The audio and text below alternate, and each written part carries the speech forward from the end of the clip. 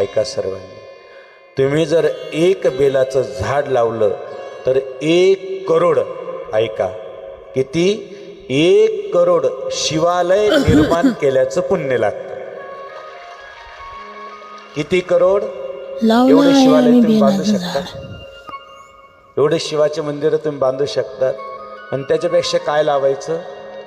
1 बेलाचं झाड. आणि बेलाचं झाडाचं महत्व, कधीही आपण जर एक मनुष्य बेलाच्या झाडाखाली जेव घातला तर सर्व दरिद्राचा नाश होतो.